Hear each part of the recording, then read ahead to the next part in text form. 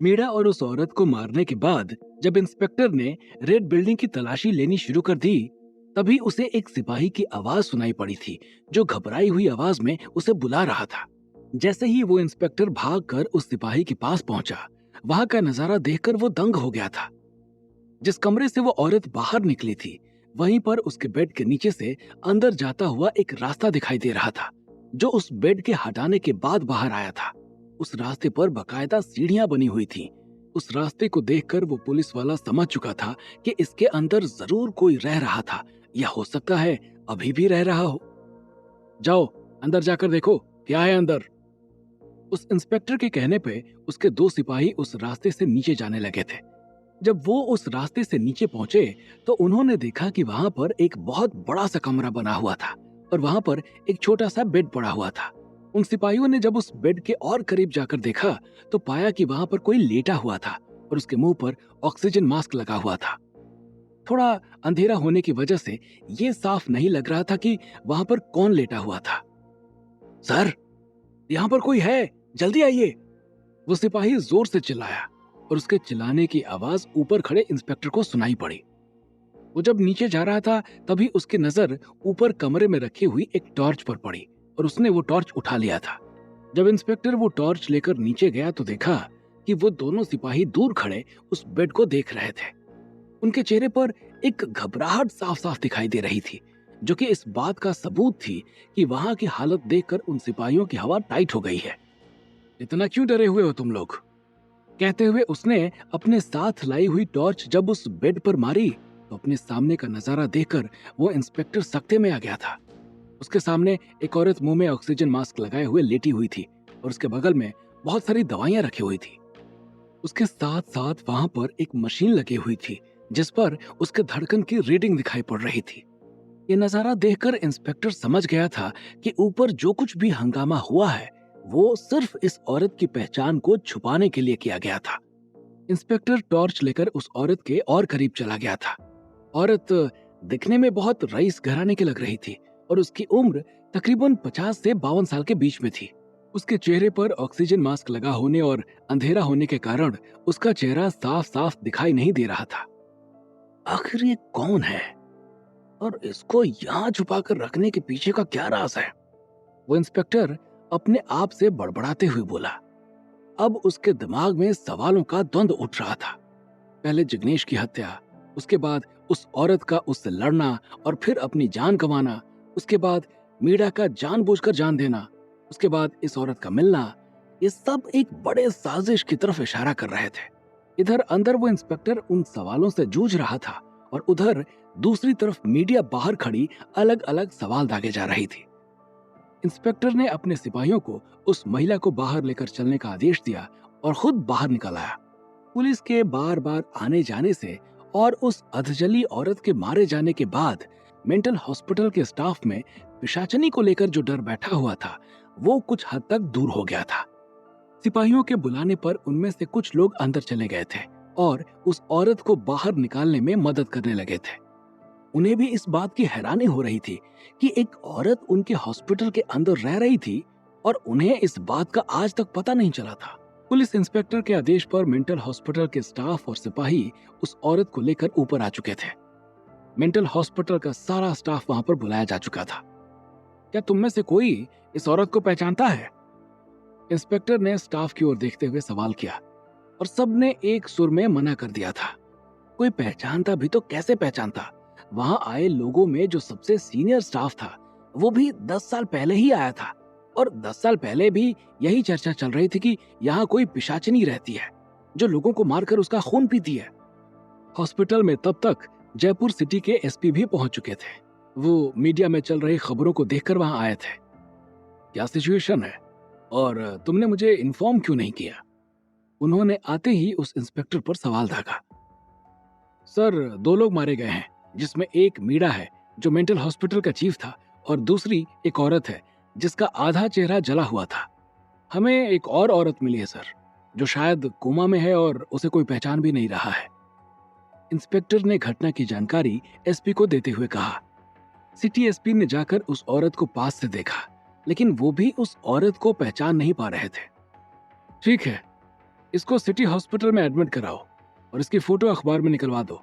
जो इसे जानता होगा वो आकर ले जाएगा। एसपी ने इंस्पेक्टर को आदेश देते हुए कहा। नहीं सर, हम ये बात पब्लिक नहीं कर सकते। आप सोचिए कि जिस औरत को छुपाने के लिए एक पूरे मेंटल हॉस्पिटल को हाईजैक कर लिया गया था, जिस औरत का राज ना बताना पड़े, उसके लिए 2 लोगों ने अपनी जान तक दे दी, तो इसके पीछे जरूर कोई बहुत बड़ा राज होगा। अगर हमने इसकी फोटो वायरल की तो कहीं इसकी जान को खतरा ना हो जाए। इंस्पेक्टर ने एसपी को जवाब देते हुए कहा। बात तो तुम्हारी सही है। चलो इसे ले जाकर सिटी हॉस्पिटल में एडमिट कराओ और उसके बाद आकर मुझसे मिलो। और इन लाशों के बारे में किसी को पता ना चले, वरना मेंटल हॉस्पिटल में गोली चलाने को लेकर पुलिस की बहुत छीछाल इधर होगी। इतना कहकर जयपुर सिटी एसपी वहां से चले गए थे। उनके जाने के बाद इंस्पेक्टर ने अपने साथियों को बोलकर मीरा और उस औरत की तलाशी लेनी शुरू कर दी थी। इधर मीरा और उस औरत की तलाशी हो रही थी और उधर बीरेन के भेजे गए आदमी सुकृति के घर के आसपास मंडरा रहे थे। वो ये देखने आए थे कि कहीं सुकृति किसी खतरे में तो नहीं है, लेकिन सब वहां नॉर्मल लग रहा था। सब कुछ नॉर्मल पाकर बीरेन के भेजे हुए आदमी वापस लौट गए थे। क्या हुआ, सुकृति मिली? उन आदमियों को आया देखकर सिद्धार्थ ने सवाल किया। नहीं, वो तो नहीं मिली, लेकिन वहां सब नॉर्मल दिख रहा था। उनमें से एक ने जवाब देते हुए कहा। जब वो तुम्हें वहां नहीं दिखाई पड़ी तो नॉर्मल कैसे कह सकते हो? सिद्धार्थ ने तेज आवाज में उनकी ओर देखते हुए कहा। भले ही उन लोगों ने यह कह दिया था कि उन्हें सब नॉर्मल दिखाई दिया है, लेकिन सिद्धार्थ को न जाने क्यों एक अजीब सी बेचैनी हो रही थी। उसे ऐसा महसूस हो रहा था कि जैसे सुकृति किसी खतरे में है। सिद्धार्थ, सिद्धार्थ, मेरी बात सुनो। हो सकता है कि वो अंदर हो और ये लोग उसे देख नहीं पाए हों। एक काम करो, तुम मेरे फोन से उसे फोन कर लो। इतना कहकर बीरेन ने अपना फोन सिद्धार्थ को दे दिया था और सिद्धार्थ ने अपने फोन से सुकृति का नंबर निकालकर डायल कर दिया था। बार बार बेल जा रही थी, लेकिन सुकृति का फोन उठ नहीं रहा था। जब लगातार 2-3 बार फोन मिलाने के बाद भी सुकृति का फोन नहीं उठा, तब सिद्धार्थ और परेशान हो गया था। वो समझ गया था कि सुकृति किसी बड़े खतरे में है। मुझे सुकृति के पास जाना होगा बीरेन जी, वो खतरे में है। मुझे ऐसा महसूस हो रहा है कि उसे मेरी जरूरत है। सिद्धार्थ ने बीरेन की ओर देखते हुए कहा। सिद्धार्थ के चेहरे पर आई भावुकता और डर के मिश्रण ने बीरेन को सोचने पर मजबूर कर दिया था। उसका मन तो नहीं हो रहा था कि सिद्धार्थ वहां से बाहर निकले, लेकिन सिद्धार्थ जिस तरह से परेशान हो रहा था, वो देखकर उसको रोकना भी सही नहीं लग रहा था। ठीक है, जाओ, लेकिन अपना चेहरा छुपा कर रखना। अगर तुम पुलिस वालों को दिख गए तो वो तुम्हें देखते ही गोली मार देंगे। बीरेन ने सिद्धार्थ को समझाते हुए कहा और उनकी बात सुनकर सिद्धार्थ वहां से जाने लगा था कि तभी बीरेन का फोन बजा। फोन सुकृति के नंबर से था। बीरेन ने सिद्धार्थ को आवाज देकर फोन के बारे में बताया। सुकृति का फोन आया जानकर सिद्धार्थ भागते हुए वापस गया। बीरेन ने फोन उठाकर फोन स्पीकर पर डाल दिया था। कौन? उधर से सुकृति की आवाज आई। मैं बोल रहा हूँ, सिद्धार्थ। सिद्धार्थ ने छूटते हुए कहा। सिद्धार्थ, तुम कहाँ हो? सिद्धार्थ, तुम?